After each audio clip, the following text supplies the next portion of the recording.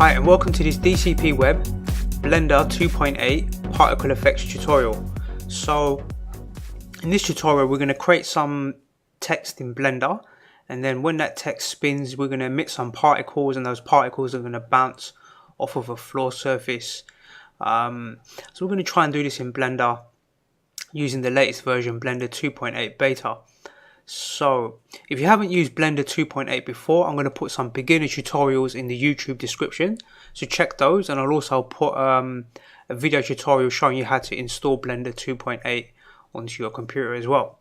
So the first thing we'll do is download a font like we usually do. So we're just going to type in free commercial fonts, and we can go to this website here. I'll put a link to this website and the fonts in the YouTube description. And I'm going to use the regular font, this one here, that I normally use in my tutorials. You can pick any font you like. I'm going to click the download button and open up this folder, and we'll just drag and drop this font file in here, and we'll extract it. So we can delete the zip file now, we don't need it, and we can rename this to fonts. Just rename the folder, and then inside here we can delete everything apart from the two fonts. Let's open up Blender now.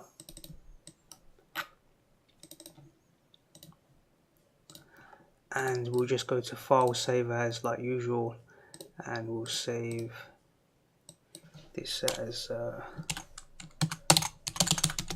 Particle Effects-01. Okay, so I'm going to move through this tutorial normally a little bit quicker than what we normally do, because if you watch my beginner's tutorial, I showed you a lot of the things that we're going to do in this tutorial in that original tutorial. So if you're not familiar with Blender, you don't know much about it, then I suggest you watch those beginner tutorials. Just check the link in the YouTube description. So let's delete this cube. We'll select it and hit the delete key. We'll press Shift A and insert a plane. We've got our plane now, and we want to press S to scale. So we'll press S on the keyboard, and we're going to scale it by 10. So we type in 10, and that will scale it up. Now we can either go to object and select edit mode here, but I suggest you get used to pressing the tab key to select the object. You know it's selected, it's got its orange border around it, and we'll press the tab key to go into edit mode, and we're going to do edge select. So we select the edge select option here, and then we'll select this edge right here. Going across here, we're going to press E to extrude. So we're going to extrude this edge, and we're going to extrude it on the Z axis going vertically, and we'll put 10 in here as well. So extrude it by 10 like this, and then you'll see this like stage. This will be the floor and this will be the backdrop, right? So we'll click on that same edge again, and we'll press Control B to create a bevel, and we'll grow that bevel to sort of this sort of size, something like this. And then we'll use the mouse wheel rotating upwards to add segments, and then we'll left click to confirm. We'll press the tab key on the keyboard again, or you can go up to here and press object mode to get used to that tab key. So we'll press tab, and then we're back into object mode, and we'll right click on this plane or this surface. We'll right click and then say shade smooth. Now it's nice and smooth. Let's save this. We'll press number 7 on our keyboard, and number 7 takes us into the top view. So this is where the wall would be, going vertically over here. This is where the camera is, and this is the light source. And right here in the middle here, we're going to press Shift A, and we're going to insert a text object, text. So here we've got some text. We'll press Tab on the keyboard to edit the text. We'll delete this. I'm going to type in DCP Web. You can type in anything you like. We'll press Tab to come out of edit mode and go back into object mode. And then we'll go to File, Save, and then we'll go over to here to the object data. We'll click on that, and we will now go to the font here, and we'll open up this folder here, and we'll go to the fonts, and we'll select this font here, and we'll click open, and we can see our font has changed. And now we're going to set it to size 2, so it's much bigger now. The font is much bigger. And then we'll go to object, set origin, geometry to origin, and that will move the text to the center of the screen, right where this cursor is. So now it's bang in the middle here. That's what we want. We're just going to middle mouse click and rotate around so we can see the object at an angle. Zoom in a little bit, and then we'll use the move tool. So we'll click the move tool, and we'll just drag this up a little bit. So like here, so it's off the floor, and then we want to rotate it on the x-axis here. See the x going on the horizontal, so we'll press R to rotate, and then we're going to rotate it on the x, so we press the x, letter X, and then we're going to rotate it 90, so we type in 90, and that will rotate it 90 degrees after you hit the enter key.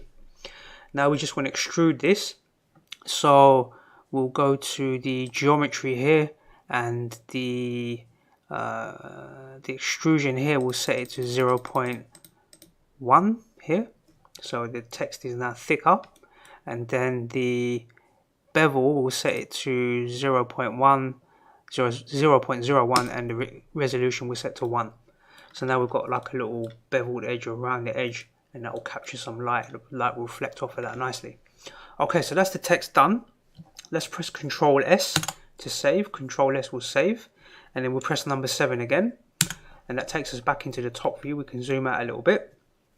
We can use the mouse wheel to zoom in and out, and we want to replicate this object, this text object, 3 times, or twice. We want to replicate it, so we need 3 of them. So if we click here on the arrow, we see like a drop down, and we see all the options in here.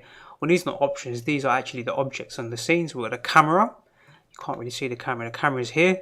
We've got the light, the plane, and the text. So the plane, we can double click here, and let's call it stage, because it really looks like a stage, right? So let's give it a good name, stage. We've got this text here at the beginning right now, so this is this text here, so this is fine for the minute. We'll leave it as text. We're going to press Shift and D to duplicate, and when we press Shift and D, you'll see it will turn white, and we need to hit the enter key, and then we need to do Shift and D again one more time and hit the enter key. Now you'll see there's 3 text objects, but they're all sitting on top of each other exactly in the same position. So the first one we'll leave it as it is. The one in the middle, we're going to drag it back a little bit to here, and then the one at the bottom here, we're going to drag that further back so it sits behind. So now we've got these 3 objects here, like this. Now with the one at the back, we want to set the extrusion down to 0.01. So we'll make it quite thin, and we want to do the same on this one. So we'll set that one to 0.01 as well in the middle. And in the middle one, this middle one, we want to turn off the bevel and turn off the resolution here. Just turn those off, we don't need those. So let's go to File, Save. We want to zoom in a little bit here, and we want to grab this middle one and just drag it closer to this object, and grab the back one and drag that closer as well. So you want to leave a bit of a gap here, but not too much of a gap, right? Something like this. So we can see there's like a gap here between. Okay, so now let's press number 7 again. Yeah, we're good here. So just middle mouse click and rotate around, and we'll click on the first text here, this first one, and we should name this text from text to text front. So this will be our front text, and then this will be our text. This is going to be the text emitter. The middle one will be the text emitter, and then this last one will be the text light. So that will be the text light here.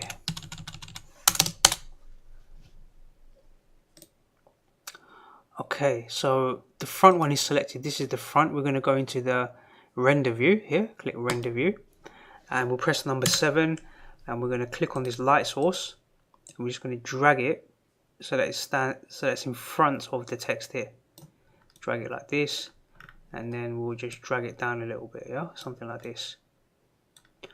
Okay, we'll see the text here nicely. Let's click on the front text here, and we'll go to the material here, and we'll click new, and then you can pick any color you like. I'm going to go for like a sort of an orange color, and then we're going to click on the light text, the light source, and we're going to click new, and we'll change that to something like a lighter orange color, so it's not as dark as the one at the front. One thing we might do is press number 7 on our keyboard. So we'll press number 7, and I think we're going to switch these objects around. So the one that's this one that's at the back, the light source, I want to bring it so that it sits in the middle here, like this. And I want it to be really close, like almost touching, right? Very close. And then the one behind it, we can bring that a little bit closer as well. We may need to move this slightly, but for now this should be fine. So we just switched the positions. Really, this one was this one was behind before, but now it's just sitting in front of this text emitter. So this is where we're going to emit the particles. Okay, so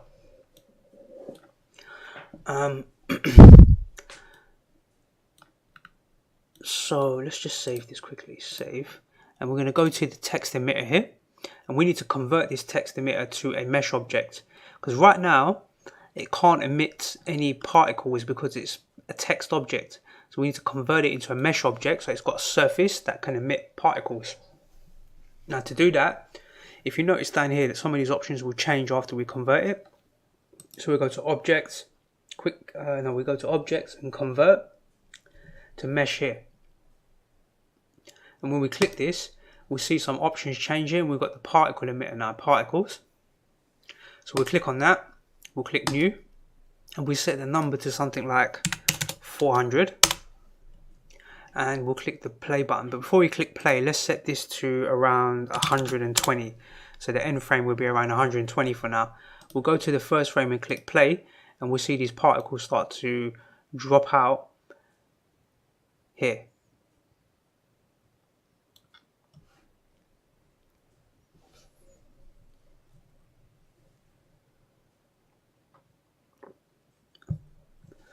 Now we want to make some changes to these particles. So what we'll do, the first thing we want to do is, if you notice, the particles are just falling through the floor. So we want to make this plane. So we're going to click on the plane. So we call it the stage now, right? It's called the stage. And we're going to go to the physics and select collision here. Now the particles will bounce off of the floor, and none of them will go through the bottom here.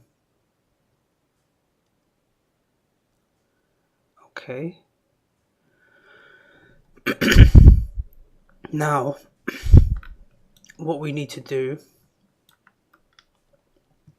is let's see, we'll go back to the text emitter here, and we'll go back to the particle options here, and in the physics we're going to reduce the mass of the particle.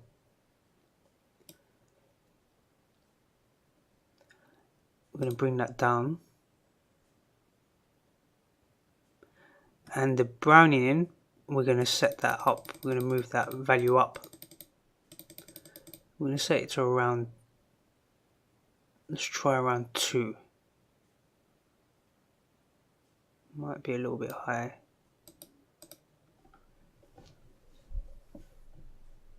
It's probably a little bit too high, so let's set that to around,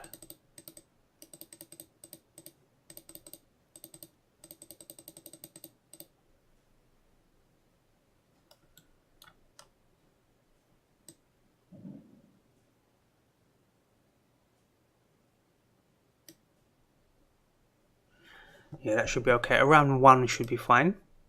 And you can play around with the mass of the particle here. And in theory, the more mass we give, the more weight the particle has, right? It has more mass, so then the particle will bounce more. It won't fly away from this object so much. So if we reduce this, the more we reduce it, we can see they start to float away. So it's really down to you, whatever sort of effect you want. I want something where, you know, some nice variation in the particles. The reason why we set it to 120 frames because it loops back quite quickly, and then we can see the effect. Because as we're changing it, sometimes you won't see the effect of your change until it loops all the way back around and it's recalculating these particles, right? So if we set the mass to something like 0.3,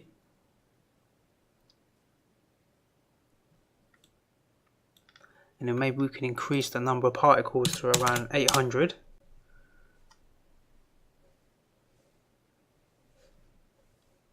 So I think this will be okay.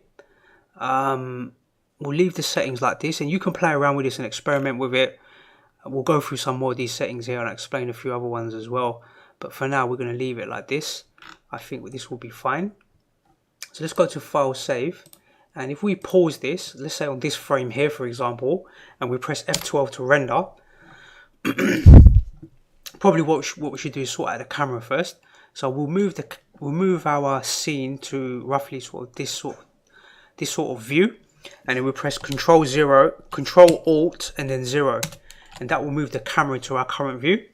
And then there's this other tool. If I press N, the letter N on my keyboard, this will open up this little widget, or you can click on this little arrow and you click lock camera to view. So when you click this option here and then click on the camera itself, you can left click on the camera and move it around, and you can hold down the control key on your keyboard and use the middle mouse wheel to zoom in and out. And I find it's much easier to position the camera. You can use the mouse wheel to rotate like this, and you're moving the camera itself rather than just the viewport. This is a nice easy way to get the camera set up exactly the way that you want it. You don't have to be very accurate at the minute, but we want to try and get it roughly where we want. And we can hold down the middle mouse wheel just to move the camera around and try and get it into roughly the position where we want it. So this will be like a good place to be rendering from. So if we press F12 again, we can kind of see our object quite clearly now, our text. The problem is we don't see any particles. We can see them in the screen here, but we don't see them in the render. So let's fix that. So we'll come out of camera view for the minute. So we can click here, come out of camera view. You can, one thing I probably haven't explained in other tutorials, this little button, these little 3 buttons here are really quite useful sometimes. So normally the shortcut keys, but if you're using something like a tablet, maybe like a Windows tablet or something, you can left click on here and you can use that to move around as well. So if you're not used to moving around the screen so much, you can use that there, and you can use the magnifying, so you can left click on that to zoom in and out. I tend to not really use these. I just use the mouse wheel, right? Because I've got a computer mouse, and then you can just middle mouse click to rotate it as well. So it's up to you. You can play around with these settings. A lot of them I went through in my beginners tutorial, so you can watch that as well. For now, we're going to untick this option, lock camera to view. We'll untick that, and we'll press the letter N on our keyboard, and that will close down that little tab here. And we want to create some objects which will be used as the elements of these particles. So there's a couple of ways to do this, and I found quite an interesting way to do it, quite an easy way that I just figured out. And what we'll do is save this, and we're going to right click here. So in the scene collection up here right at the top where it says scene collection, we're going to right click and create a new one. So we've got a new collection. Think of this collection a bit like a layer, right? Something similar to like Photoshop layers. So in this collection here, we're going to call it particles. And inside of this, so make sure it's selected, and then we're going to press Shift A, and we're going to select mesh and a UV sphere here. So we've got this UV sphere. Let's just drag it up a little bit. We can drag it up to here for now.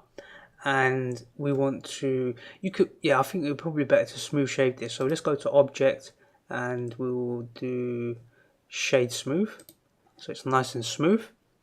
And we want to duplicate this 3 times. Let's drag it to the left a little bit, and then we're going to press Shift and D. In fact, if we just click this drop down, you can see the sphere in here now, right? So when we click on it and press Shift D, we're going to duplicate it once, and then we're going to press Shift D again and duplicate it twice. And now we've got 3 copies of that sphere, and we'll drag them across so we can see them individually.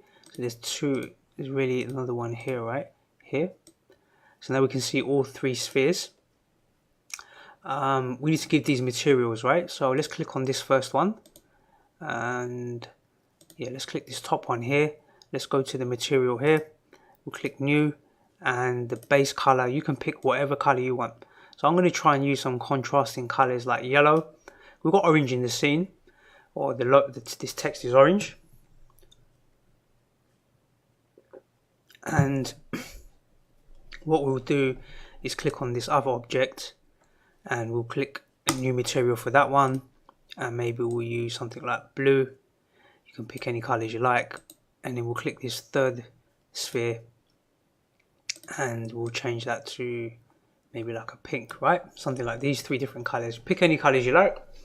Doesn't really, well, it does matter, but I'm just showing you this as a demo, right? So we're going to click on the first, we'll zoom out a little bit here. We'll click on this first one. We hold down the shift key, click on the second and the third, and that will select all 3 objects. And we want to drag them out of the way. So we want them up here somewhere, so they're out of the camera view, right? We don't want to render these, so they'll be out of the camera view.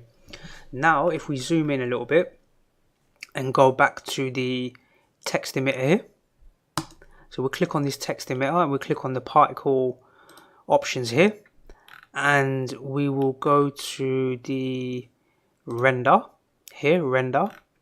The emitter itself, we can leave it on, right?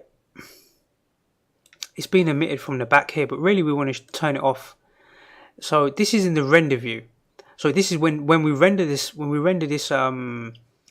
this animation or this content, we don't want this back panel to be, or this back text to be rendered. So we're going to disable it here. But if you look here, viewport, there's another option to show the emitter. So we can hide the emitter here, but in the viewport, we're not really rendering it in here, we're just viewing it, right? So we want to leave it in here, but when we actually render out the frames, we want to turn this off, the actual emitter. So when we click on this render option here, render, where it says halo, we want to select collection, and then we want to open up this collection drop down, click on this little box here, and select particles. Now you can see the particles here are these different colors. All of these different colors that and you could have created more of them. You could have created 10 different colors if you wanted, and then they'll be randomly picked across here. And there's some other options here like randomly pick, so you can just like vary these. You can just play around with these settings and see what they do. And because the sphere is like, because it's spherical, right, it's a rounded shape, there's no point in rotating it, because you're not, if it was a square, then it would make sense to rotate them or something. But because they're spheres, if you rotate, it's not really going to make much difference. So we don't need to rotate them or anything.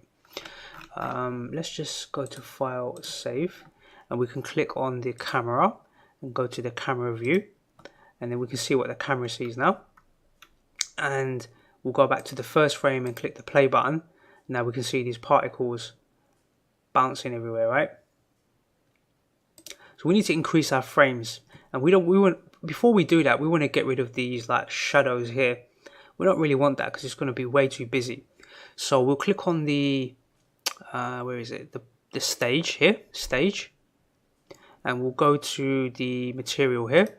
We'll click new, and we'll set it to black for now. So it's going to be black, and then we'll go to the light source, light here, and we will turn off the specular here. Now you won't see those shadows. So when we click play, if we go back to the first frame and click play, you can see them all bouncing around and doing their stuff, but you won't see these shadows. But we can turn on, if we go to render here, we can turn on the bloom, and we're going to fix this a little bit because it's a bit too bright. We can turn on subsurface scattering, we can turn on surface space reflections, so we get some light reflections here. I think that's it for now, that's what we're going to do. But if we go to the bloom setting,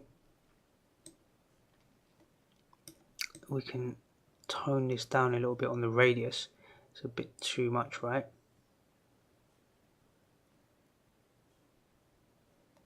Maybe something like that will be fine. If we did move the light source, that will affect the bloom, right?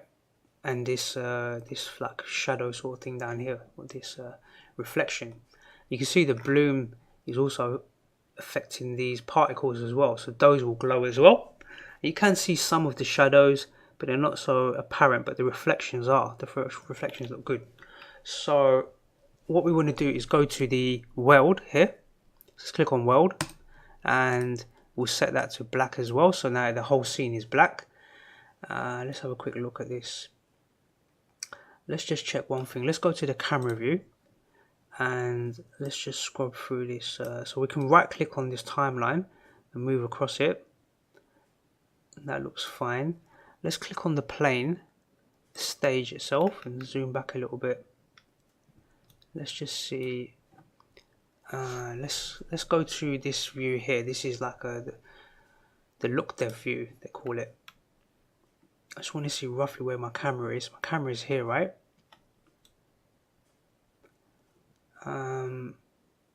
Now that should be fine, but I want to move this stage in this direction. So we'll click on the stage, we'll click on the move tool, and we'll click on this little green arrow and we'll bring it back a bit this way. Something like this should be fine. Maybe that's a little bit too far. So about here. I'm just going to move the stage this direction towards the camera. And if we go back into the camera view, we'll be able to see the reflections and stuff, but I just wanted to make sure. Let's go back into render view here, so we see what it looks like after it's rendered. And let's just set our frames to, let's set them to 100 and let's set them to 180 for the minute. So we set it to 180 frames. We'll go back to the first frame, file, save and play.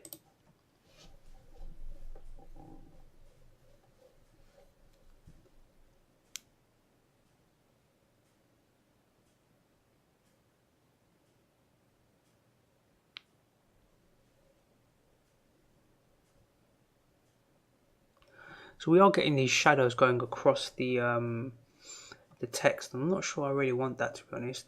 So let's try and fix that by going to the text front and going to the material, and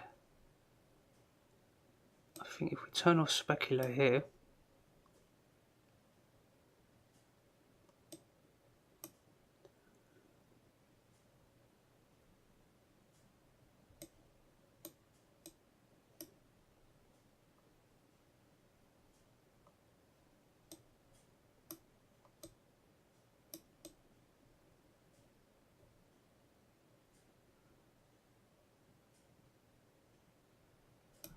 I might have to read up on that. I'm not sure how to get the shadows not to appear on this, on the face of this object, but I don't know, maybe it will look good.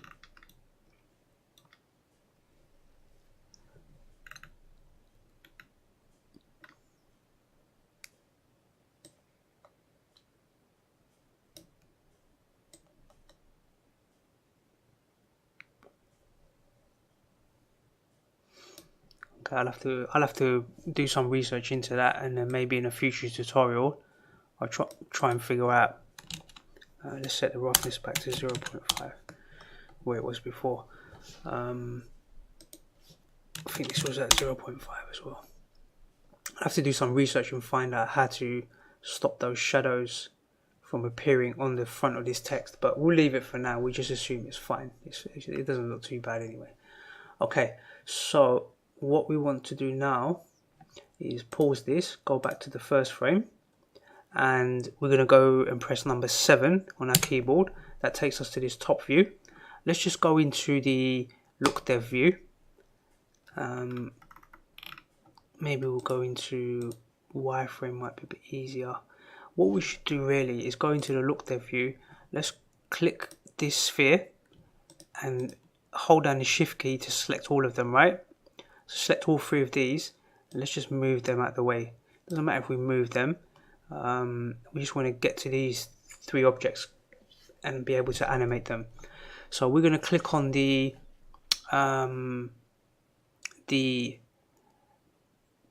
text emitter, the text light. So we'll hold down the shift key, click on the text emitter, the text front, and then the text light, like this, in this particular order. And then we're going to press Control and the letter P, and that brings up the object. We're going to parent the object. So when we click this, in theory, if we click on the text light, the one that sits in between, if we drag, because that was the last one that we selected, right? Remember, we selected emitter first, then the front, and then the text light at the end. The text light becomes the parent, and whatever we do to this text light in terms of rotation or movement, it will affect the other ones that belong with it, the emitter and the front. So if we were to click on the front and move that, it will move by itself, right? You can see it's moving by itself without affecting these other 2. If we click on the emitter, we can move that by itself as well. But if we click on the light source, which sits in between, happens to sit in between, doesn't really matter, but it happens to sit in between both of these. Because this was the last one we selected when we created the parent, when we move it, when we move the light source object or the text itself, this light text, everything else, or these other two objects will move with it, and that's what we want. So let's press Ctrl Z to move it back to its original position. We'll go to the first frame, we'll hit the record button, and we'll go to the object data here, and we'll press the letter I on our keyboard and insert a location, rotation and scale. That puts a keyframe in against these elements here. So we can see the yellow keyframe here. We'll move to frame 90. So we're at frame 90 now. And on the Z-axis on the rotation, we'll set it to 360. And then we'll untick the record button and go back to the beginning. We can then go back to the camera view here and click the play button and go into the render view.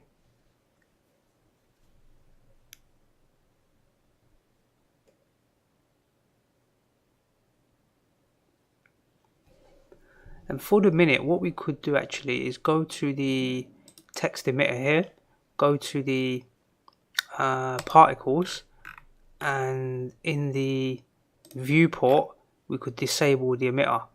Not disable, show emitter, we're not disabling it, we're just hiding it.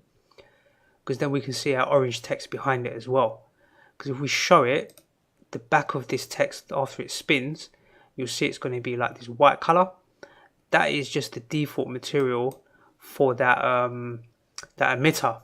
We don't really want to see that, so we're just going to show emitter and disable it, so we don't need to see it right now. Okay.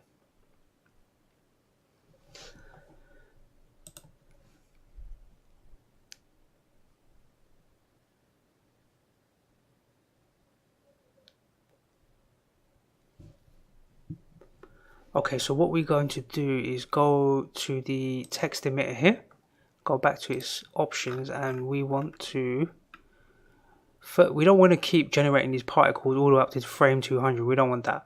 So the object finishes rotating at around frame 90, right? So let's set our end frame to, let's say 110. So it's going to stop generating particles on frame 110.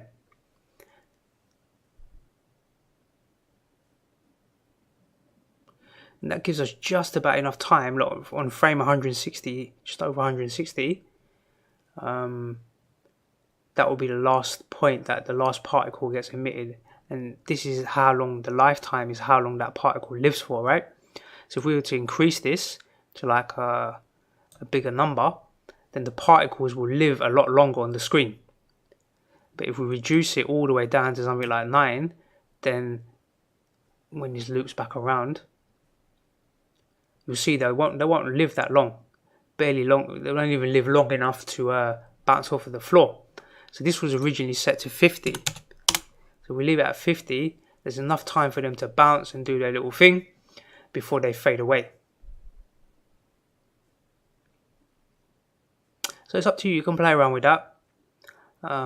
Maybe it could be a little bit longer. I think it's ending on frame 160, right? So that's pretty much what we can do. You can randomize the lifetime as well. So you can set it to 1, and some of these particles will live at different durations between this 50 lifetime, right? So some will last a little bit longer, some will last quite short. It's entirely up to you. You can increase the frame, the number of particles. You can set it to something crazy like 2000. Then you'll get a lot of particles. But that's a bit too much for me. It's just too busy. So we'll set it to something like, it was 800 before, right? So let's leave it at 800. I think 800 is going to be enough. You'll notice that when you change settings, you have to wait for it to loop back around, for it to recalculate the trajectory of all these particles. So Blender's doing all those calculations. You know it's done with the calculations when this line goes red down here. And this is the last bit of the calculation right at the end, like frame 161 or 2, something like this. So that's what happens with the text up until this point. And then it's going to get to around 150. So after 100, where is it? It finishes at 90. That's so the spin finishes on 90. So then for this duration, it's not really doing much, right, between here and the end. So let's go back to frame. Let's go to frame 90. So we're in frame 90. Let's go to frame 110. So frame 100, sorry, 100.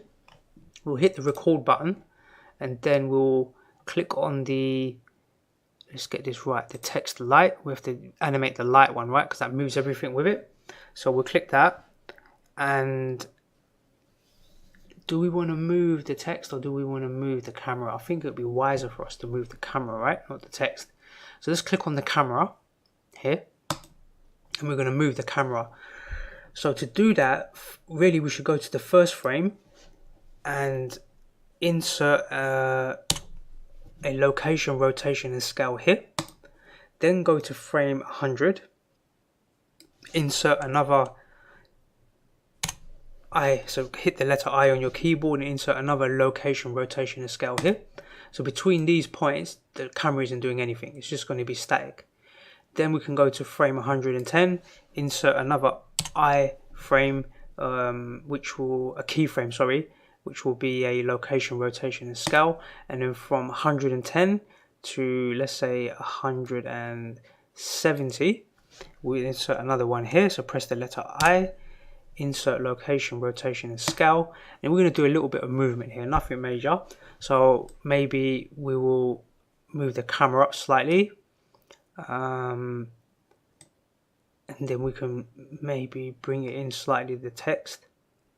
So just some small movements, and maybe on the z-axis we can, on the z, so if you do something like move the camera and you didn't want to do that, just press Ctrl Z. Like on any other application, you can undo steps by pressing Ctrl Z. We don't want to do this either. We want to move it on the x-axis, probably down a little bit, and then move the camera up. So really what we're doing here is we're pointing the camera down but raising it as well at the same time. So if we click the record button to finish that record, go back to the first frame and click play, we'll see all our particles. The logo will spin, it will stop for a little while, and then the camera will move to this position here. And that's it, job done. So let's go to file, save.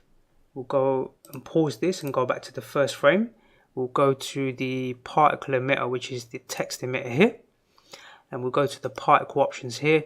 We need to click on this cache and bake it, and it will take literally seconds to bake because there's not much happening with these particles. There's only 800 is considered a few in Blender. I've seen Blender animations with 500, 600,000 particles. So 800 is nothing for Blender, right? Especially if you've got a pretty decent machine. So if we click play now, all of these particles, the calculations of them have been baked. You could say they've been predetermined by Blender. So this helps us when we animate, or when we not animate, but when we render, it will render out faster because Blender knows where these particles need to be when it renders the frame. Okay, we'll go back to the first frame and we'll go to the render here, and we don't really need volumetric, so I'm going to leave that off. I don't think we really need that, to be honest. We can turn it on, but no, we don't really need this. We're not using volumetric, so we'll leave that off. Ambient inclusions, I'm not sure about this. I need to do some reading up on this.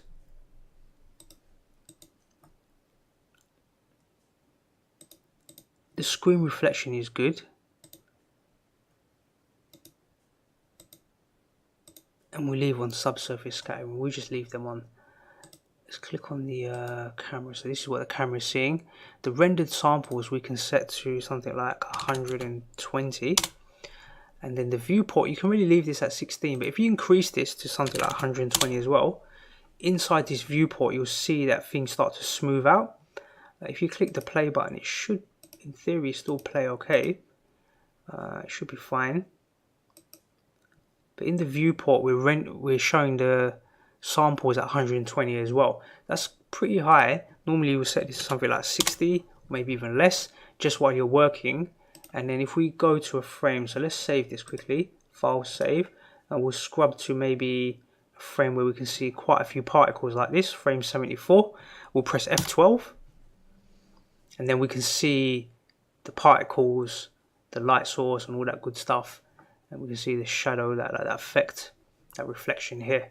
So let's go ahead and render this all out. So file, save, we're going to go to the output here, output, and we'll render them out like usual. We just render out PNG files and then we'll convert it to a video afterwards. We'll click on this folder here and we'll go to the desktop. We've got the particle effects here. We need to create a new folder here and we'll call it frames, and we'll open up the frames folder. We'll click accept and then we'll simply go to the first frame and then press Control and F12, and this is going to render out all the different frames. So this will take a little bit of time. It's roughly around 1 second a frame, so we've got 100 and I think it was 120 or 180, one or the other, to render out. So I'm going to pause the video and we'll come back and watch this. We'll create the video clip based on these frames that have been rendered once we've done all the frames.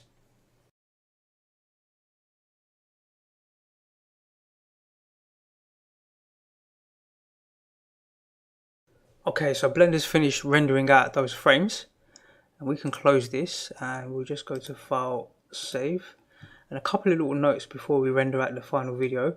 If we scrub through this, if for any reason you want to change the size of these particles, you can just go to the particle system here, and inside here we have to free the bake, right? So we'll free it for the minute, and we should be able to, there's an option in here to change the size.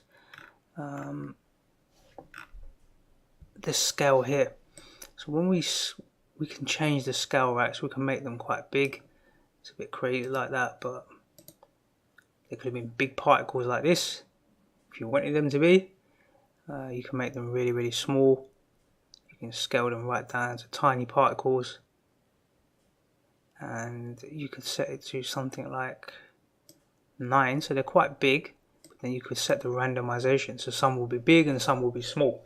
I didn't do that in the last, when we just rendered that out, but you can play around with that. So some can be big, some can be small. You can play around with the settings here. It's in the render option here, and then the scale and the randomness of these scales. And you can make them quite big, and some will be really big and some will be really small. You can play around with that. I was just keeping them quite small and then maybe randomizing them so that some are in between these values. Some will be very small and some will be a little bit bigger, right? Maybe 1 and 1, 0.1 and 1 here. That looks pretty good. So that's for you to play around with. I'll go back here, go to File, Save, and then I want to go to this drop down menu here and go to the video sequencer here, and then we'll click Add Image Sequence, and then we'll make that folder called Frame, so we'll click it and then we'll just drag and select all of the frames here.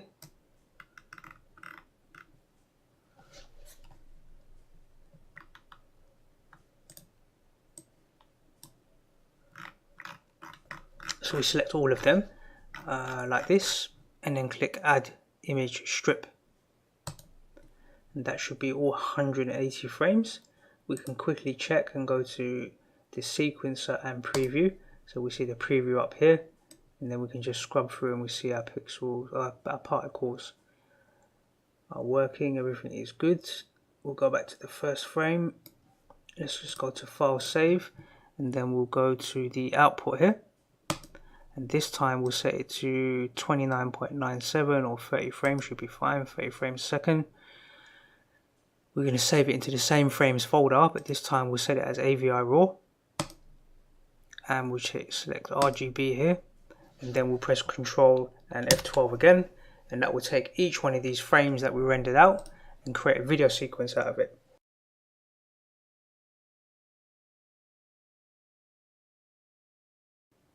Okay, so we're all done. The video's finished rendering. So let's close this, go to File, Save. Actually, we should go to File, 3D Viewport, then File, Save. So next time we open it, it will be in the 3D viewport. We can close this. We'll open up this folder, and inside this folder we have this frames, and then we have the video here. So we'll open that, and we just set it to repeat. We can watch it a few times.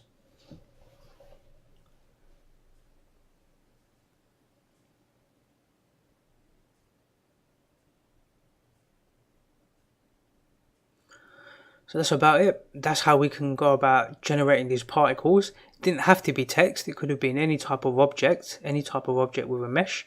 Could have been a cube, could have been a sphere, generating these particles. You can change the gravity, you can change all of the settings, you can create whatever. Now that you know how to create an object, like these spheres, right, with the different colors, the particles could have been anything, right? There could have been letters, for example. It could have been the letters in your name, and each one of these particles could have been a letter, for example, right? Could have been anything you want. So you can go now and experiment with this, play around with it, come up with your own sort of design. You can put your name there if you like, put your friend's name there, maybe it's someone's birthday, and maybe make a little animation for them, send it to them on WhatsApp, put it up on your Facebook page, do whatever you like. This tool's free to use, and you've got the freedom to use it however you like, so you can now go and experiment and play around with that. So I hope you enjoyed this tutorial. It's quite interesting to build something like this in Blender, and it didn't take too long. Once you've got the skill set, you'll be able to do this pretty quick, and you know, it might be nice for something like on your YouTube channel or something like this. Okay, we'll close this down. I hope you enjoyed that tutorial, and I look forward to seeing you on the next DCP web tutorial.